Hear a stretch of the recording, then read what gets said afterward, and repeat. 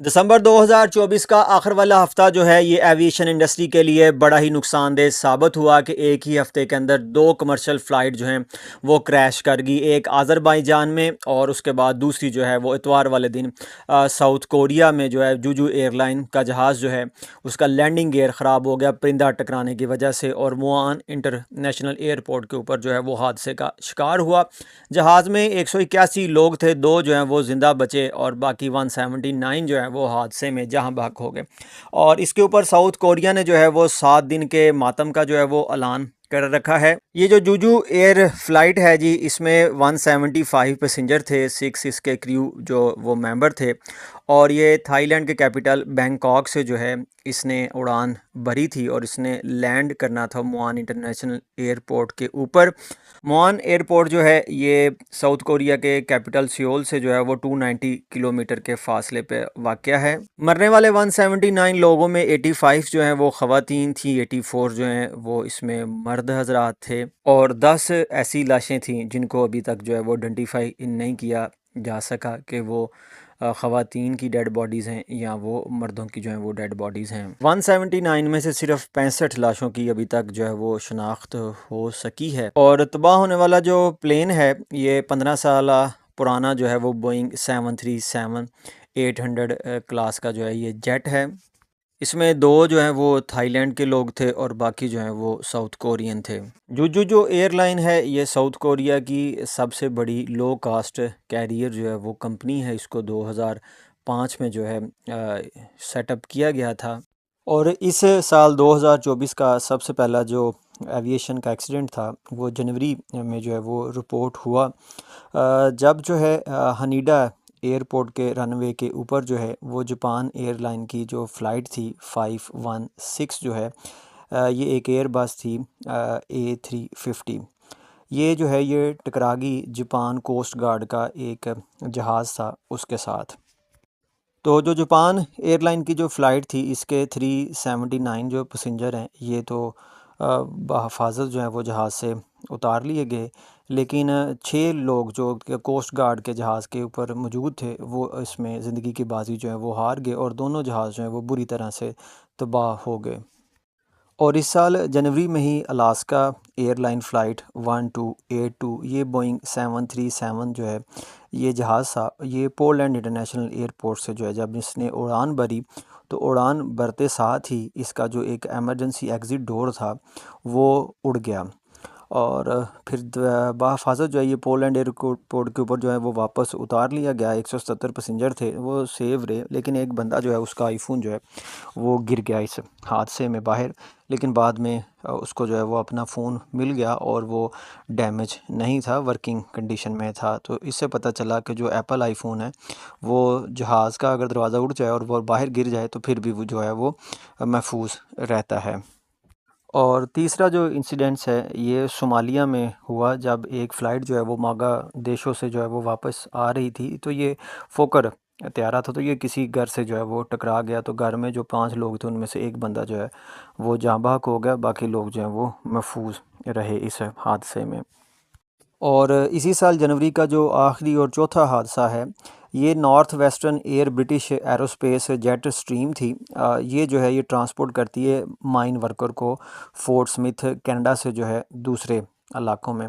तो उसमें जो है ये क्रैश कर गई और इसमें जो तकरीबन 7 लोग थे वो ज़िंदगी की बाजी जो है वो हार गए, क्योंकि जो जहाज़ है इसी तरह से इस साल फरवरी में जो है वो एयर सर्बिया की एक फ़्लाइट थी 324 जो कि मैराथन एयरलाइन जो है इसको ऑपरेट करती है।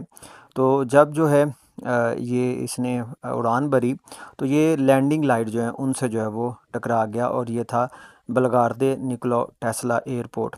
ये 1 घंटे तक जो है इसी होल के साथ जो है वो उड़ता रहा और फिर इसको बहफाजत जो है दोबारा से इसी एयरपोर्ट के ऊपर जो है वो उतार लिया गया। इसमें जहाज़ जो है वो तो तबाह हुआ, लेकिन जो 111 इसके मुसाफिर थे वो बहफाजत इससे उतार लिए गए। मार्च में जो है नैरोबी मिड एयर कोलिजन जो है ये हुआ था, इसमें जो है वो साफरलिंक एविएशन फ़्लाइट 53 थी और ये डी हैविलैंड कनाडा की -8 फ़्लाइट से जो है वो टकरा गई थी। इसमें जो है वो सेसना में 2 लोग थे, तो वो दोनों जो है वो मर गए, लेकिन जो फ़्लाइट थी उसमें जो है वो कोई भी कैजुअल्टी जो है वो रिपोर्ट नहीं हुई।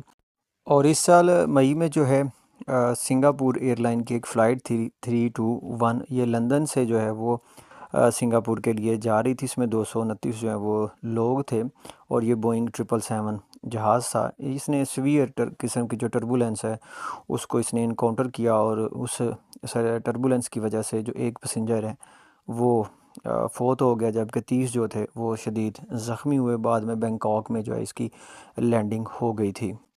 सूर्या एयरलाइन का बम्बार्डियर है CRJ-200ER। इसने जो है इसका क्रैश हुआ है, ये खटमांडू एयरपोर्ट से जो है ये उड़ा था पोखरा इंटरनेशनल एयरपोर्ट के लिए, और वहाँ पे जो है ये लैंड करते हुए हादसे का शिकार हुआ। इसमें 19 लोग जो थे वो सब के सब जो है वो मारे गए। और साल 2024 का इससे पहले, यानी कि साल का जो सबसे पहला जो बड़ा ही डेडलीस्ट क्रैश था, ये 9 अगस्त का ब्राज़ील का जो है वो क्रैश था। इसमें एक जहाज़ था ATR-72 और इसको वियो पास एयरलाइन जो है वो हैंडल करती है। जहाज़ जो है ये फ़्लाई कर रहा था कैस्केवल से गुरालोस के लिए, और ये क्रैश हुआ है जी इसका एक रेजिडेंशियल एरिया में। इसमें 62 लोग जो हैं वो अपनी जान की बाजी जो है वो हार गए। इसमें 52 जो है वो पैसेंजर थे और 4 इसके जो है वो क्रू मेंबर थे।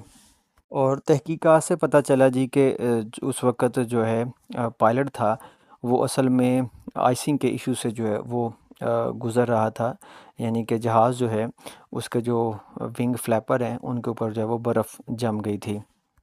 और फिर उसके बाद इस साल का जो सेकंड लास्ट प्लेन क्रैश है ये अज़रबैजान वाला है, जिसमें जो है 67 जो है वो लोग सवार थे और ये बाकू से रशिया जो है वो जा रहा था। और इसमें तकरीबन 25 लोग जो हैं वो ज़िंदा बच गए हैं, बाकी जो है उनकी मौत वाक़या होगी। बहरहाल इसमें अब ये भी कहा गया है जी कि जो है रशिया का मिसाइल जो है उसने इसको हिट किया था, जिसकी वजह से ये प्लेन जो है वो क्रैश कर गया।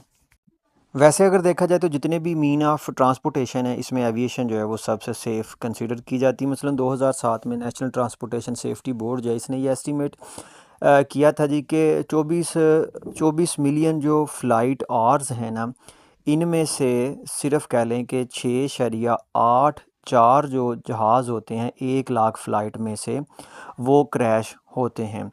यानी कि कह लें कि 1.19 जो फ़्लाइट हैं 1 लाख में से वो फैटल क्रैश जो है वो करती हैं। जबकि 1994 का जो डाटा था उसमें यही जो रेशो थी ये 1 लाख में से 9.08 थी। यानी कि इन जो साल थे 6 और 7 13 सालों में जो क्रैश की रेशो थी तकरीबन 8 गुना जो है वो कम हो चुकी थी। और रिकॉर्ड ये बताता है जी कि जो 80% एविएशन एक्सीडेंट होती हैं ये ह्यूमन एरर की वजह से जो है वो होते हैं। और जो ख़तरनाक टाइम होता है वो टेक ऑफ का और लैंडिंग का जो है वो टाइम होता है। इसमें जो 21% जो एरर होता है वो मैकेनिकल फेलियर की वजह से जो है वो आता है, और 11% जो है वो इसमें वेदर कंडीशन जो है उनका भी रोल होता है।